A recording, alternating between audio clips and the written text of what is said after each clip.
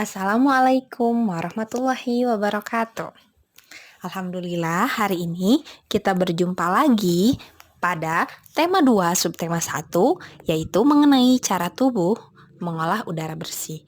Nah, sebelum kita memulai pembelajaran, mari kita mulai dengan membaca basmalah terlebih dahulu.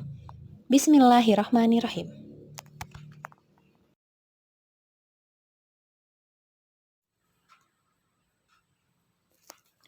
Nah, yang pertama yang akan kita pelajari adalah tanggung jawab. Tanggung jawab yang pertama ada tanggung jawab terhadap diri sendiri. Tanggung jawab terhadap diri sendiri itu yaitu tanggung jawab yang menyangkut kesadaran setiap orang untuk memenuhi kewajibannya sendiri dalam mengembangkan kepribadian. Nah, contohnya mengerjakan PR sendiri, menulis PR sendiri, dan siap menerima teguran jika melakukan kesalahan. Selanjutnya, ada tanggung jawab terhadap keluarga. Tanggung jawab menyangkut upaya menjaga nama baik keluarga, meningkatkan kesejahteraan keluarga, dan menjaga kehormatan keluarga. Nah, ini merupakan tugas kita juga karena kita merupakan anggota keluarga. Kemudian yang selanjutnya ada tanggung jawab terhadap masyarakat. Tanggung jawab terhadap masyarakat ini berkaitan dengan manusia itu pasti membutuhkan orang lain dalam hidupnya. Sehingga segala tingkah laku dan perbuatan setiap anggota masyarakat hendaknya dapat dipertanggungjawabkan. Contohnya, kita itu pada hari Minggu memiliki urusan keluarga, tetapi pada hari yang sama juga ada kerja bakti, maka kita itu harus mau melaksanakan kerja bakti. Selanjutnya, ada tanggung jawab terhadap bangsa dan negara. Setiap orang yang tinggal dan menetap di suatu negara harus bisa mematuhi aturan dan hukum yang berlaku.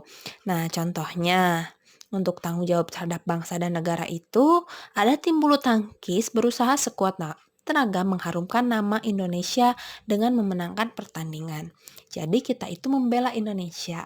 Nah, selain itu, hal kecil yang ada di sekitar kita itu ketika kita ada di lampu merah mengendakan kendaraan bermotor misalnya, berarti kita harus berhenti. Kalau lampu hijau berarti kita harus maju. Nah, itu salah satu tanggung jawab juga terhadap bangsa dan negara. Selanjutnya ada tanggung jawab terhadap Tuhan. Nah, Tuhan itu memberikan kewajiban dan larangan bagi makhluknya. Salah satu kewajibannya itu yaitu melaksanakan ibadah sesuai dengan ajaran yang dianutnya.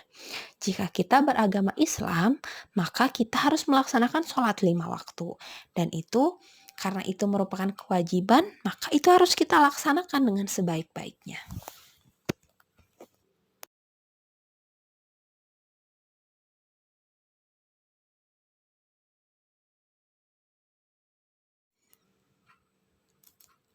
Selanjutnya, ada teks yang Ibu miliki. Di sini ada Dayu dan ikan hias. Nah, mari kita baca terlebih dahulu ya. Di sini Dayu memelihara banyak ikan hias berjenis ikan mas koki. Ikan-ikan hias itu dipelihara dalam sebuah akuarium. Setiap hari, Dayu memberi makan ikan-ikannya. Dayu juga rutin membersihkan akuarium lalu mengganti airnya dengan air bersih. Kegiatan itu ia lakukan seminggu sekali. Dayu senang melihat ikan-ikan di dalam akuarium berenang ke sana kemari. Dayu memperhatikan saat mulut ikan-ikan itu terbuka dan menutup, seolah ikan-ikan itu selalu menelan air. Dayu bertanya-tanya, apa yang dilakukan ikan-ikan itu? Nah, mari kita jawab pertanyaan-pertanyaannya. Apa nama jenis ikan yang dipelihara? Ikan mas koki. Kemudian, di mana ikan hias itu dipelihara? Di mana coba? Iya, di akuarium. Kemudian, kapan akuarium itu dibersihkan? Seminggu sekali. Kemudian, siapa yang memelihara ikan hias? Dayu. Kemudian, apa yang diperhatikan Dayu saat melihat ikan-ikan hiasnya? Apa katanya yang diperhatikannya? Mulut-mulut ikan itu terbuka dan menutup seolah ikan itu selalu menelan air. Nah, itu yang diperhatikan oleh Dayu. Nah, Sekarang Ibu ingin bertanya, apakah kalian sudah bisa membuat pertanyaan?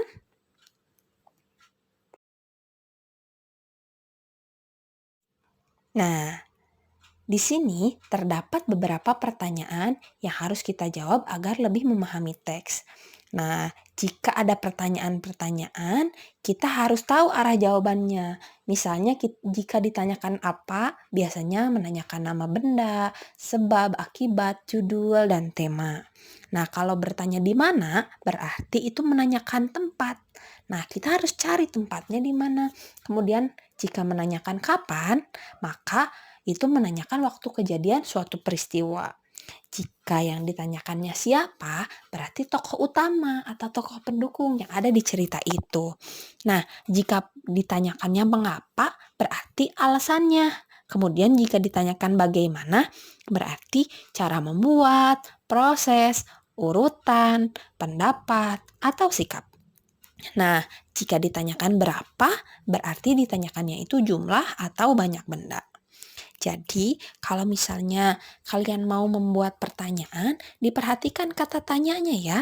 Di sini ada beberapa kata tanya yang bisa kalian sesuaikan dengan jawaban yang ingin kalian dapatkan. Misalnya, jika kalian ingin bertanya tempat, berarti menggunakan kata tanyanya di mana? Iya, seperti itu ya. Jadi, diperhatikan kata tanyanya ketika kita akan bertanya.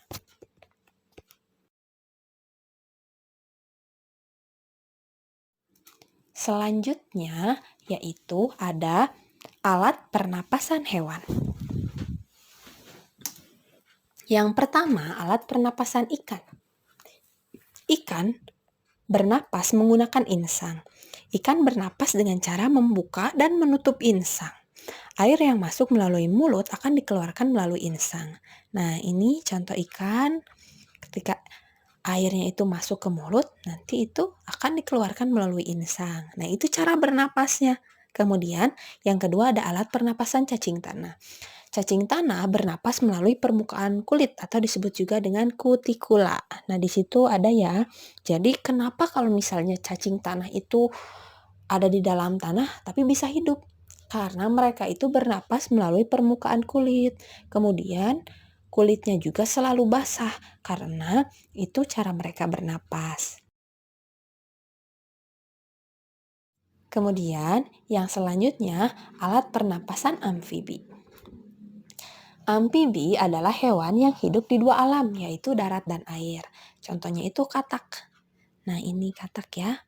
Pada saat masih berudu atau masih anaknya yang kecil-kecil, nah itu berudu ya namanya. Katak itu bernapas dengan insang. Kemudian setelah dewasa, katak itu bernapas dengan paru-paru, selaput mulut, dan kulit.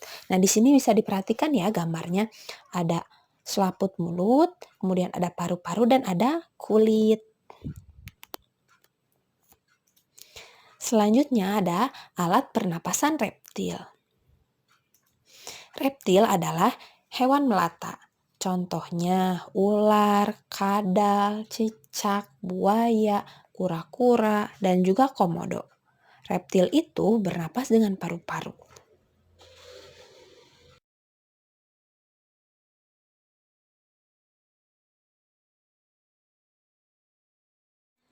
Selanjutnya ada alat pernapasan burung. Burung bernapas menggunakan paru-paru dan pundi-pundi udara. Jadi, burung itu dibantu oleh pundi-pundi udara ketika burung itu berada di atas atau ketika terbang. Jadi, bernapasnya itu dibantu oleh pundi-pundi udara. Pundi-pundi udara burung berjumlah 5 pasang, terletak di bagian leher, dada depan, dada belakang, perut, dan tulang lengan atas. Nah, fungsinya itu apa pundi-pundi udara? Pertama, untuk melindungi tubuh dari cuaca dingin. Kedua, memperkeras suara burung. Ketiga, membantu berenang pada burung yang suka berenang. Selanjutnya yang keenam ada alat pernapasan serangga. Serangga itu hewan yang berkaki 6. Contohnya belalang. Alat pernapasan belalang disebut dengan trakea atau corong napas. Nah, ini contohnya yang ada di belalang. Jadi, mereka itu bernapas dengan trakea.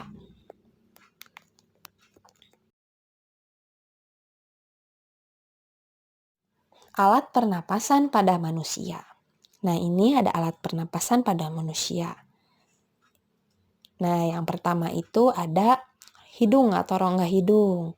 Nah, hidung itu udara masuk melalui hidung ke dalam rongga hidung. Udara disaring oleh bulu-bulu hidung dan dilembabkan oleh selaput hidung. Jadi, udara yang masuk ke tubuh kita itu melalui saringan dulu atau saringan yang ada di tubuh kita, yaitu disaring oleh bulu-bulu hidung. Selanjutnya ada faring. Faring yaitu persimpangan antara saluran pernapasan pada bagian depan dan saluran pencernaan pada bagian belakang. Nah, di faring ini, jadi ketika kita makan, maka faring itu tertutup. Nah, ketika kita bernafas, maka faring itu akan mengeluarkan atau faring itu akan memberikan jalan untuk nafas agar masuk ke paru-paru kita. Nah, selanjutnya ada laring. Nah, kalau laring ini disebut juga tekak atau jakun. Coba dipegang di ininya, di tenggorokannya. Nah, di situ ada yang agak menyondol. Nah, itu disebut juga tekak atau jakun. Memiliki 9 susun tulang. Tulangnya itu tulang rawan yang berbentuk kotak. Selanjutnya ada trakea. Trakea disebut juga batang tenggorokan. Pada trakea itu terdapat jaringan silia yang bergerak dan mendorong keluar debu dan bakteri yang masuk. Nah, jadi selain tadi oleh rambut hidung, disaring juga di trakea, udara yang kita hirup itu. Selanjutnya ada bronkus. Bronkus itu percabangan dari trakea, terdiri dari bronkus kanan dan bronkus kiri. Jadi ada 2 ya di sini tuh, jadi cabangnya. Kemudian ada bronkiolus. Bronkiolus merupakan percabangan dari bronkus. Nah, itu yang lebih kecil ya. Untuk bronkiolus itu selanjutnya ada alveolus. Alveolus itu terdapat di paru-paru yang merupakan tempat pertukaran oksigen dan karbon dioksida. Jadi, udara masuk itu yang pertama melalui hidung, kemudian lewat ke faring, lewat ke laring, masuk ke trakea. Dari trakea itu ada percabangan itu bronkus, kemudian dari bronkus itu masuk ke bronkiolus, cabangnya bronkus. Nah, dari bronkiolus itu nanti masuk lagi ke alveolus. Itu.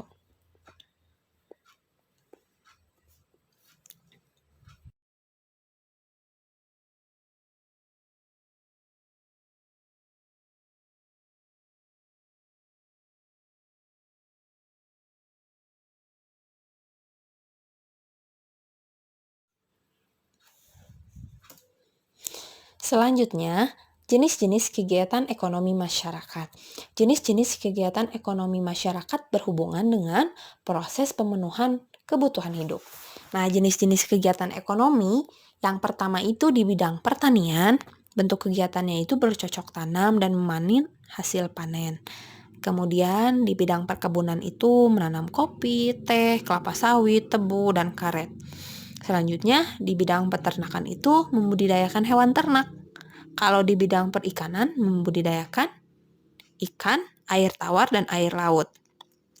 Nah, jika di bidang kehutanan itu meningkatkan hasil hutan dengan menanam tumbuhan kayu.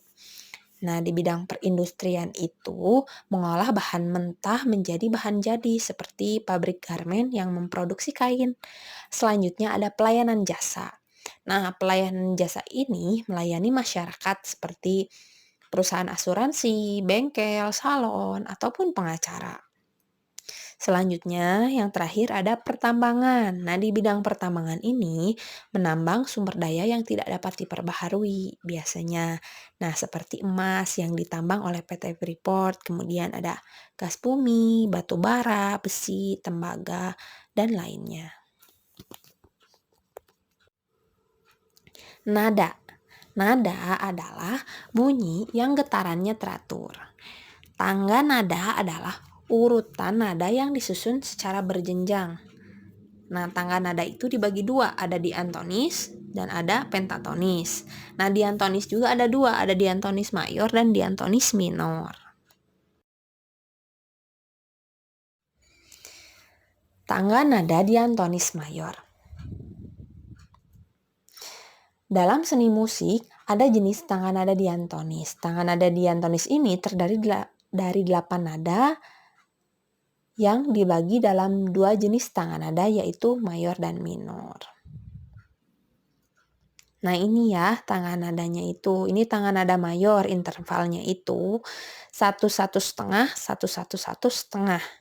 Interval itu adalah jarak nada ya. Nah, ciri-cirinya itu jika diatonis mayor itu bersifat riang, gembira lagu-lagunya itu, kemudian bersemangat, biasanya diakhiri dan diawali dengan nada do, namun tidak menutup kemungkinan diawali dengan nada sol atau mi atau diakhiri nada do. Contohnya itu yang diatonis mayor itu Hari Merdeka, Garuda Pancasila, Maju Tak Gentar, dan Indonesia Raya.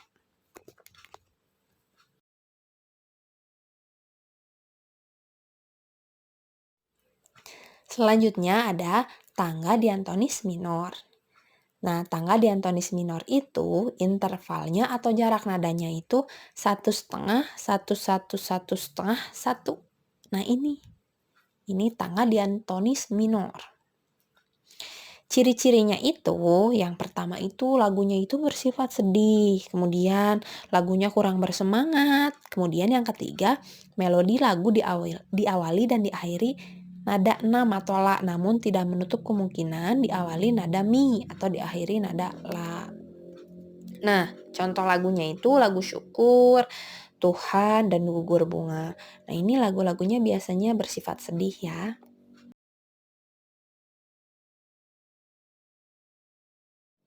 Selanjutnya ada tangga nada pentatonis. Tangga nada pentatonis ini yaitu jenis tangga nada yang hanya memiliki 5 nada. Contohnya yang menggunakan tangga nada pentatonis ini adalah gamelan. Alhamdulillah, pembelajaran hari ini telah selesai. Terima kasih banyak anak-anak semua. Jangan lupa untuk terus belajar di rumah, ditemani oleh ayah dan ibu di rumah. Mari kita tutup pembelajaran hari ini dengan membaca hamdalah bersama-sama. Alhamdulillahirabbil alamin. Terima kasih banyak. Wassalamualaikum warahmatullahi wabarakatuh.